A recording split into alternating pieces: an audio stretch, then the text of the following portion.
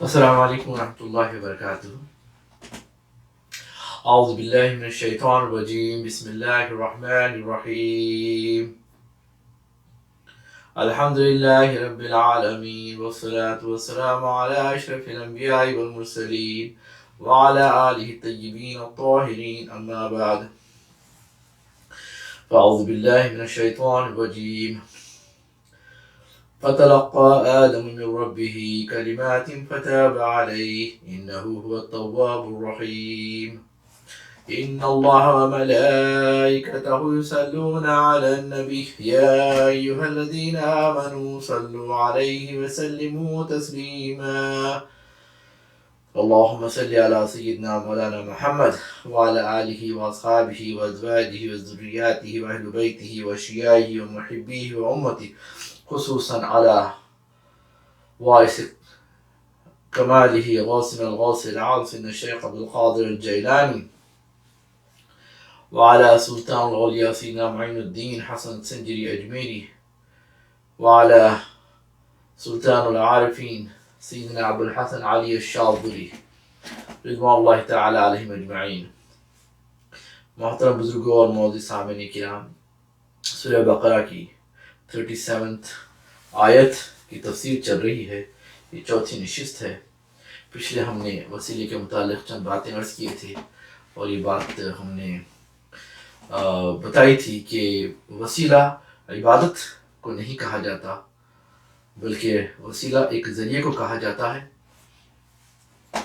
اور عبادت بے شک اللہ کی ہوتی ہے، اور وسیلہ یعنی میڈیشن، اس کے ذریعے اس کی قربت حاصل کرنے کے تعلق سے ہم نے چند باتیں عرض کی تھی. تو انشاءاللہ ہم اسی کو، یہ وسیلے کا سمجھیے پارٹ 2 ہے، کیونکہ یہ آیت کریمہ اس کا میں ابھی ترجمہ آپ کے سامنے عرض کروں گا. اللہ تبارک و تعالیٰ ارشاد فرماتا ہے، پھر آدم علیہ السلام نے اپنے رب سے عاجزی اور معافی کے چند کلمات سیکھ لیے، پس اللہ نے ان کی توبہ قبول فرما لی، بے شک وہی بہت توبہ قبول کرنے والا مہربان ہے. Then Adam alayhi salam learned some words of humility and repentance from his Lord. So Allah accepted his repentance. Surely He is the one who is most relenting, ever merciful. Subhanallah. تو پچھلے آیتوں میں، یعنی اس آیت میں ہم یہ سیکھ رہے ہیں کہ اللہ تبارک و تعالیٰ نے خود آدم علیہ السلام کو وہ کلمات سکھائے عاجزی کے، ان کے سارے کے، جو اس کے دربار میں قبول ہونے والے ہیں اور جو پسند فرماتا ہے. اور ان میں کئی الفاظ تھے، انشاءاللہ ابھی عرض کروں گا. اور ہم نے بہت کچھ سیکھا تھا. یہ عرض کیا تھا کہ ہم اور ہمارے اعمال یہ سب اللہ کی مخلوق ہیں، جیسا کہ اللہ تبارک و تعالیٰ فرماتا ہے خلقکم وما تعملون، اللہ نے تمہیں پیدا کیا اور تمہارے اعمال کو، یعنی ہمارے جو ایکشنز ہے، whatever deeds we do are nothing but the creation of Allah subhanahu wa ta'ala. کیونکہ بہت سے ایسی ہمارے اندر فیچرز ہے، اس فیچرز کے تحت ہم وہ ڈیڈز کرتے ہیں، وہ اعمال کرتے ہیں. جیسے آنکھوں سے دیکھتے ہیں، جیسا قرآن کا پڑھنا ہے یا کوئی اچھی چیز کو دیکھنا، جو بھی چیز دیکھتے ہیں یہ بھی ایک مخلوق ہے. اس کے اندر روشنی آنا یہ بھی ایک خلق، اللہ تبارک و تعالیٰ نے خلق کیا، یعنی اس کے اندر ایک کریٹ کیا، اللہ اکبر، اوریجنیٹ کیا. اسی طرح کانوں سے ہم سنتے ہیں، تو یہ کیا ہے؟ یہ بھی ایک کان، یہ بھی ایک اللہ کی کریشن. ہر چیز کریشن ہے، اور اس کے اندر جو بعض چیزیں ایسی کریٹ کیا، جیسے سننے کی طاقت دی، اللہ اکبر. تو پتہ چلا کہ ہر چیز جو ہے، اعمال بھی ہمارے کریشن ہیں. تو اسی کریشن کے مطابق اور کریشن کے ذریعے مدد طلب حاصل کی جاتی ہے. اور یہ ایسا نہیں کہ صرف یعنی اس کو ہم عبادت کا نام دے دیں کہ بھئی کسی سے مدد مانگ رہے ہیں تو ہم نعوذ باللہ اس کو خدا سمجھ رہے ہیں. ایسا نہیں. اصل مدد تو اللہ کی طرف سے، وَمَا النَّصْرُ إِلَّا مِنْ عِنْدِ اللَّهِ، مدد نہیں پہنچتی مگر اللہ تبارک و تعالیٰ کی طرف سے. ہر مدد اللہ کی طرف سے. جیسا غزوہ بدر میں اللہ تبارک و تعالیٰ نے فرشتوں کے ذریعے صحابہ کی مدد فرمائی، تو کیا بات کہ اللہ تبارک و تعالیٰ نہیں کر سکتا تھا؟ بے شک اللہ تبارک و تعالیٰ، وہ اصل مدد بھی اللہ ہی کی مدد ہے، لیکن اللہ تبارک و تعالیٰ اس کے لیے اسباب رکھے ہیں، یعنی سبب اور مسبب الاسباب اللہ کی ذات ہے. تو بہرحال اللہ تبارک و تعالیٰ کی بارگاہ میں حضرت آدم علیہ السلام نے دعا فرمائی اور ایسے کلمات ادا کیے، یعنی فتلقى آدم من ربہ کلمات، یعنی اللہ تبارک و تعالیٰ نے حضرت آدم علیہ السلام کو چند کلمات سکھایا، یا پھر آدم علیہ السلام نے سیکھ لیے. سبحان اللہ. تو اب اس میں کئی قرآن نے کئی مقامات پہ کئی انداز سے اس کو بیان کیا ہے. احادیث میں بھی کافی آئے ہیں جو میں پچھلے 2-3 جمعوں میں نے عرض کیا. صرف مختصر عرض کرتا ہوں، جس میں ایک دعا یہ ہے ربنا ظلمنا انفسنا وان لم تغفر لنا وترحمنا لنكونن من الخاسرین. پھر اور ایک دعا ہے اسألک بحق محمد ان تغفر لی اللہم انی اسألک بجاہ محمد عبدک وکرامتہ علیک ان تغفر لی خطیئتی. یعنی اے اللہ، اے پروردگار، ہم نے اپنا کام بگاڑ ڈالا، اگر تو نے نہ بخشا ہم کو اور رحم نہ فرمایا تو اگر تو ہم پر رحم نہ فرمائے لنکونن من الخاسرین، تو ہم ہوں گے گھاٹے والوں میں سے. اور ایک جو دعا میں نے عرض کی پڑھی ہے جو آدم علیہ السلام نے ادا فرمائی ہے، جس کو احادیث میں آیا، علامہ ابن تیمیہ وغیرہ نے بھی مجموع الفتاوی میں اس کو نقل کیا ہے اور اس کا انکار نہیں کیا. ابن جوزی نے بھی اس کو نقل کیا. کافی محدثین نے، میں نے پچھلے اس کی اسناد آپ کے سامنے سنا دیا، میں صرف تھوڑا ریوائز کر رہا ہوں اس کا. کہ حضرت آدم علیہ السلام نے عرض کیا کہ میں محمد کے وسیلے سے تجھ سے سوال کرتا ہوں، مجھے بخش دے. اے اللہ، میں تجھ سے سوال کرتا ہوں تیرا بندہ محمد صلی اللہ علیہ وسلم کے وسیلے سے اس کی بزرگی کرامتی ہے علیک، بزرگی کے طفیل میری لغزش کو معاف کرتے، ان تغفر لی خطیئتی. اللہ اکبر. تو یہاں پر جو الفاظ ادا کیے وہ دراصل ایک معنوں میں وسیلہ تھے اللہ کے دربار میں، کیونکہ بخشنے والی ذات اللہ کی، جو کوئی رو رہا ہے تڑپ رہا ہے وہ کافی ہے، لیکن اللہ تبارک و تعالیٰ چاہتا ہے کہ اپنا اس کا بندہ اس کی بارگاہ میں گڑ گڑائے، توبہ کرے. وہ اس کو بہت پسند ہے. اس کا انشاءاللہ ہم اور کنٹینیو کرتے ہیں. Before we go further we would like to know what exactly وسیلہ مینس. وسیلہ کسے کہتے ہیں؟ انگلش میں اس کا ٹرانسلیشن ہو جاتا ہے کہ بھئی میڈیشن یا پھر انٹرسیشن وغیرہ کے معنوں سے اس کا ترجمہ کیا جاتا ہے. اب آئیے سورہ مائدہ کی 35 ورس ہے، اس میں اللہ تبارک و تعالیٰ فرماتا ہے یا ایھا الذین آمنوا اتقوا اللہ وابتغوا الیہ الوسیلہ. اے ایمان والو، اللہ سے ڈرتے رہو اور اس کے حضور تک تقرب اور رسائی کا وسیلہ تلاش کرو. اب اگر منجید وغیرہ اور ہم اگر لغت کی کتابیں دیکھتے ہیں یا اس میں، تو ہمیں معنی یہ ملتے ہیں کہ وسیلہ، وصلہ یصل وسیلۃ، یعنی اس سے بنا ہے، اور وصل وتوسل الی اللہ بعمل او وسیلۃ، یعنی تقرب حاصل کرنا اپنے عمل سے یا وہ وسیلے سے، وہ میڈیشن سے. اللہ الواصلہ الوسیلہ، یعنی تقرب حاصل کرنے کا ذریعہ. تقرب کسے؟ یہاں اصل مراد تقرب اللہ تبارک و تعالیٰ سے حاصل کرنا ہے، تو وہ وسیلہ ہے. اب جیسا کوئی کافر، یعنی ایک میں اس سے پہلے کچھ عرض کرنا یہ تھا کہ وسیلہ یعنی انٹرمیڈیری جو ہے، اور سب کا ایم یہ ہے کہ کلوزنس ٹو اللہ تبارک و تعالیٰ، اور یہی وسیلہ ہے. اور وسیلہ 4 قسم کا ہوتا ہے. پہلے 100-200 سال پہلے یہ اختلافات نہیں تھے. 100-200 سے یہ دین میں ایک فتنہ ہوا، وسیلے کا لوگ انکار کرے. بہرحال اس کے متعلق میں عرض کرنا چاہتا ہوں. نمبر 1 ایک ایسا ہے seeking closeness through faith by entering Islam. اسلام کے اندر داخل ہونا، یہ بھی ایک کفر میں تھے نعوذ باللہ، ایمان میں داخل ہوئے، اور ایمان میں داخل ہونے کا ذریعہ ذات پاک مصطفیٰ صلی اللہ تعالیٰ علیہ وآلہ وسلم ہے کہ ان کے ذریعے سے اللہ کو یکتا ماننا. پہلے ان کی رسالت کو ماننا، پھر ان کے ذریعے سے اللہ کو یکتا ماننا. کیا ہو گیا؟ یہ ایک اسلام میں آ گیا. یہ بھی ایک وسیلہ ہے. دوسرا وسیلہ عبادات کے ذریعے اللہ سے کلوزنس حاصل کرنا. جیسے ہمیں جو پریسکرائبڈ طریقے بتائے گئے ہیں، جیسے نماز، 5 وقت کی نماز پڑھنا ہے، رمضان کے روزے رکھنا ہے، زکوٰۃ دینا ہے، اور حج کرنا ہے اگر استطاعت ہو. یہ بھی ایک وسیلہ ہے اللہ تبارک و تعالیٰ کی قربت کا، اس کے قریب ہونے کا. اور تیسرا یہ ہے کہ اچھے اعمال کا وسیلہ اللہ تبارک و تعالیٰ کی بارگاہ میں، جیسے قرآن کی ریسیٹیشن یعنی آف قرآن، اور کیا کہنا چاہیے احادیث کو، علم دین حاصل کرنا ہے. تمام چیزیں یہ بھی ایک ذریعہ ہے، ایک اچھے عمل ہے. اور ایسا ہے کہ اللہ کی بارگاہ میں کوئی اپنے اچھے عمل کا وسیلہ دینا کہ اللہ میں نے فلاں وقت ایک اچھا کام کیا تھا، اس کے وسیلے سے میرے فلاں کام کر دے، اور یہ بھی جائز ہے. اور جیسا کہ آقا دو جہاں سرور عالم صلی اللہ تعالیٰ علیہ وآلہ وسلم کی حدیث پاک ہے، یہ امام بخاری نے اس کو نقل کی ہے. اور اب آج کل جو احادیث کی جو کتابیں چھپ رہی ہیں اس کے اندر نمبرز بھی دیے جا رہے ہیں. پہلے نہیں دیے جاتے تھے، پہلے باب اور کتاب کہہ کر اس کی احادیث پڑھی جاتی تھی، لیکن اب نمبر دیے جا رہے ہیں وچ از گڈ ایکچولی. اب اس کا نمبر ہے 2272، 2272 حدیث ہے. اس کی روایت کرتے ہیں عبداللہ ابن عمر رضی اللہ تبارک و تعالی عنہ، بیان کرتے ہیں کہ میں نے آقا دو جہاں سیدنا محمد رسول اللہ صلی اللہ تعالی علیہ وآلہ وسلم سے ایک پہلی امت کے 3 آدمیوں کا واقعہ سنا. آقا دو جہاں نے اس ایک واقعہ سنایا، کوئی اسٹوری تھی، اس کو سنایا آقا دو جہاں صلی اللہ علیہ وسلم. اس کو امام بخاری نے نقل کیا کہ رات ہونے پر، رات گزارنے کے لیے انہوں نے ایک 3 آدمیوں کی جو رات کا وقت تھا، رات گزارنے کے لیے انہوں نے ایک پہاڑ کی غار، ایک کیو میں پناہ لی. پھر اندر داخل ہو گئے، اتنے میں پہاڑ سے ایک چٹان لڑکتے ہوئے یعنی گرتے ہوئے غار کا جو منہ تھا اس کو بند کر دیا. اللہ اکبر. کہتے ہیں کہ بارش بھی بہت ہو رہی تھی، ایک دوسرے حدیث میں بھی آیا ہے. بہرحال اب اس نکلنے کا ذریعہ نہیں رہا ان کا. تب ان میں سے ان لوگوں نے آپس میں ڈسکس کیا اور کہا کہ ہم اللہ کی بارگاہ میں کچھ اپنے اچھے اعمال کا وسیلہ پیش کرتے ہیں، ہو سکتا ہے اللہ تبارک و تعالی ہمارے اعمال کو وہ قبول کیا ہو، اس کے وسیلے سے ہمیں اس مصیبت سے نجات دے دے تاکہ ہم اس کیو میں جو پھنس گئے ہیں we can get out because the rock is blocking the way.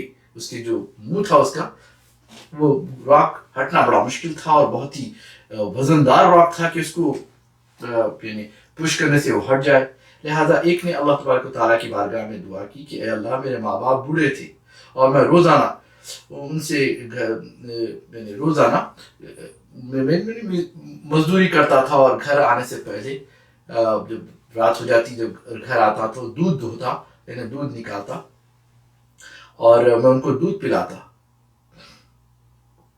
ہر رات. پھر اس کے بعد میں اپنے بچوں کو دیتا تھا. لیکن ایک مرتبہ ایسا ہوا کہ مجھے آنے میں تاخیر ہو گئی، دیر ہو گئی اور میرے ماں باپ انتظار کر کے سو گئے اور میں نے دیکھا کہ وہ سو گئے ہیں. پھر میں ان کے لیے شام کا دودھ نکالا، جب ان کے پاس لایا تو وہ سوئے تھے. مجھے یہ بات ہرگز اچھی نہیں معلوم ہوئی کہ میں ان کو جگا دوں اور جگا کر پلاؤں، اور میں یہ بھی نہیں چاہتا تھا کہ میرے ماں باپ سے پہلے میری اولاد پی لے. لہٰذا میں وہ دودھ کا پیالہ دیا، ان کے سرانے کھڑا رہا. بچے تڑپتے رہے، بلکتے رہے کہ ہمیں دودھ دے دو. غلام بھی تھا، میرے گھر والی بھی تھی. میں نے نہیں دیا، میں نے کہا نہیں، پہلے میرے ماں باپ دودھ پی لے، اس کے بعد میں بچوں کو اور دوسروں کو دوں گا. لیکن جب صبح میں وہ بیدار ہوئے میں نے ان کو دودھ دیا، وہ پینے کے بعد میں نے اپنے بچوں کو اور غلام کو دودھ دیا. تو یہ اللہ یہ صرف اور صرف تیرے خوف سے، تیرے ڈر سے، تیری رضا کے لیے کیا. اگر یہ تیری رضا کے لیے تھا تو یا اللہ اس مصیبت سے ہمیں نجات دے.